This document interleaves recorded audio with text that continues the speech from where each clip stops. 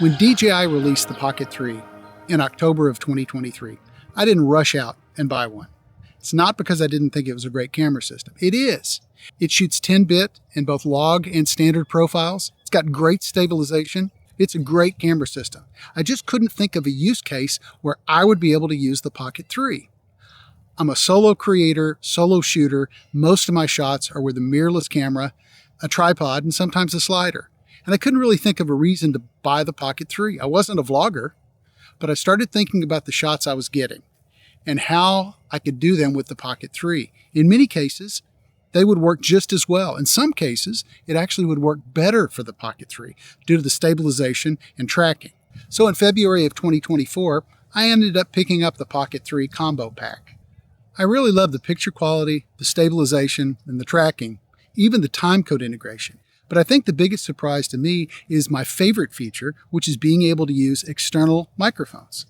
I know that sounds strange. The Pocket 3 combo kit comes with the Mic-2, and it's a great mic. The Pocket 3's USB-C connector gives you the ability to hook up external microphones. And with one additional piece of equipment, you can actually use XLR microphones as well.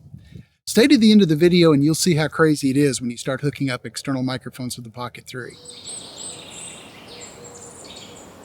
Before hooking up an external microphone, I thought it might be nice to demonstrate the internal microphone. That's what I'm on right now. If you're a vlogger where you've got the microphone and the camera very close to each other, this is probably the microphone you want to use. It's excellent. It's doing a great job of isolating my voice from the background, even though I'm in a park, a lot of people playing basketball and tennis, a lot of dogs barking, even a lot of wind.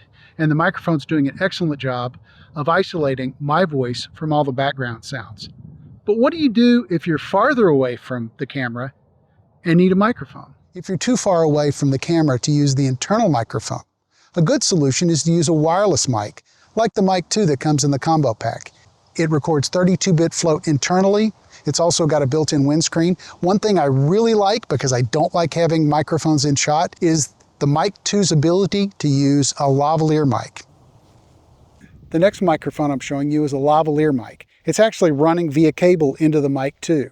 So the only difference is, instead of using the internal microphone on the Mic-2, I'm using a Sennheiser ME-2 lavalier mic. Now, it doesn't have a windscreen, so you're probably going to hear more wind noise on it. But generally speaking, if you get a good lavalier mic, you're probably going to have better sound than you would out of the internal microphone on the Mic-2.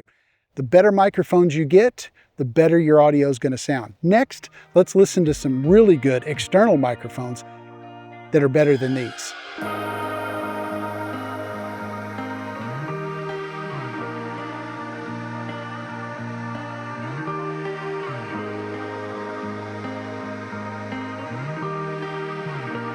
Okay, I'm back inside. I'm using the A7S III as the primary camera and the Pocket 3 is my B camera.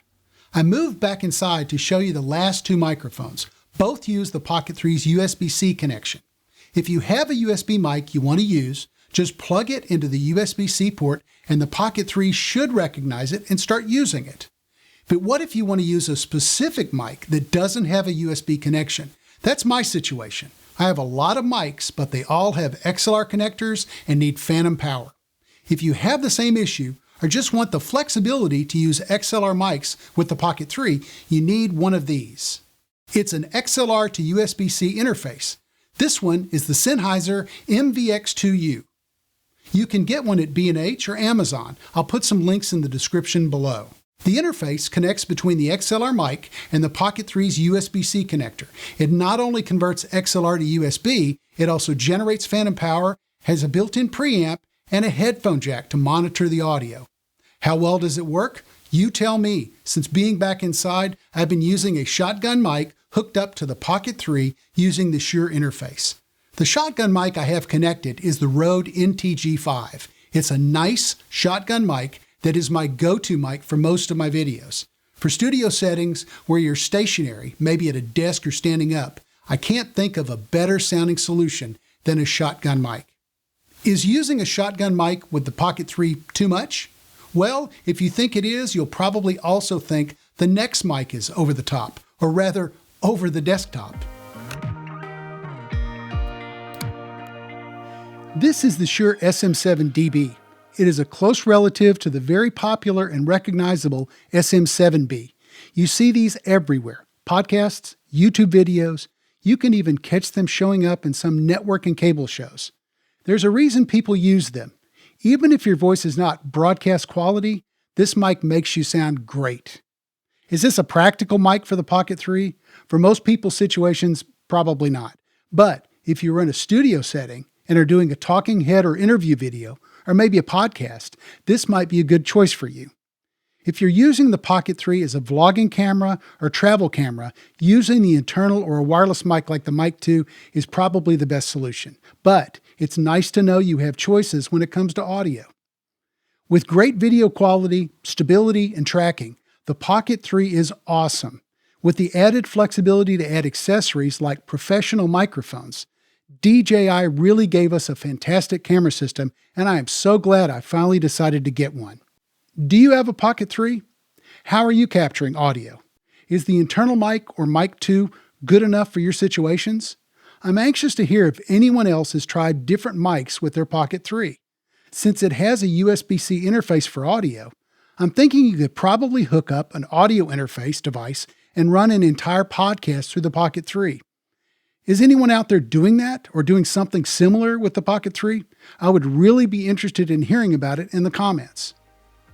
If you made it this far in the video, thanks for watching. This was a fun video to make.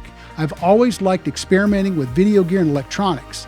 Seeing what you can do with the stuff you already have is always great.